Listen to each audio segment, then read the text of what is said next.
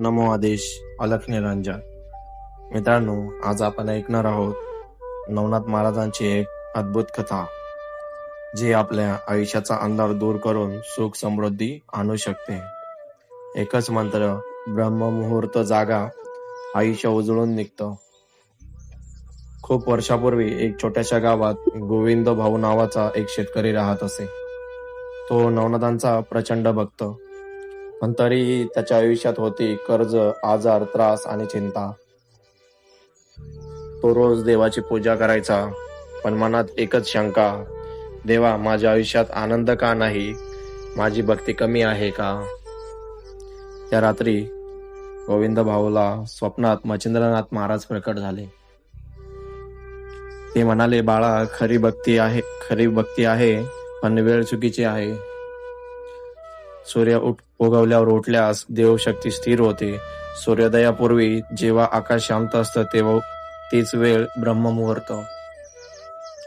3 ते 5 वाजेपर्यंतची वेळ नवनाथांचा संचार सर्वाधिक प्रखर असतो. या वेळेत केलेले जप, ध्यान अनेक पटीनं फळतात. दुसऱ्या दिवसापासून गोविंद भाऊ रोज पहाटे 4 वाजता उठू लागला.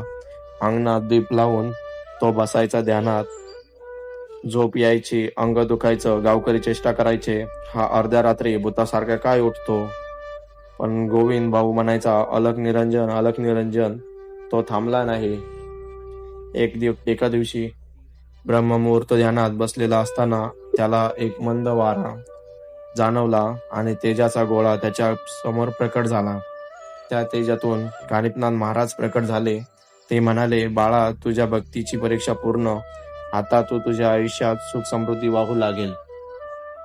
जीवनातील बदल. त्या दिवसापासून शेतात पिके दुप्पट यायला लागली, कर्ज उतरले, आजार दूर झाले, घरात आनंद, शांती, समाधान भरून राहिलं. ब्रह्ममुहूर्त म्हणजे आत्मजागृतीची वेळ. शरीर हलकं, मन निर्मळ, देवशक्तीचा संचार अत्यंत प्रखर. जो साधक 3 ते 5 वाजता उठून नवनाथांचे स्मरण करतो त्याचं नशीब बदलतो, दुःखाचा नाश होतो आणि चमत्कारिक अनुभव लाभतात. म्हणूनच म्हणतात, ज्याची झोप पहाटे 3 ते 5 वाजता आपोआप उघडते त्याच्यावर नवनाथांची अदृश्य कृपा असते. नमो आदेश अलख निरंजन. मित्रांनो, नवनाथ महाराजांची भक्ती आवडली असेल तर व्हिडिओ लाईक करा आणि शेअर करा. अशाच आध्यात्मिक आणि प्रेरणादायी कथा पाहण्यासाठी चॅनलला सबस्क्राईब करायला विसरू नका. नमो आदेश.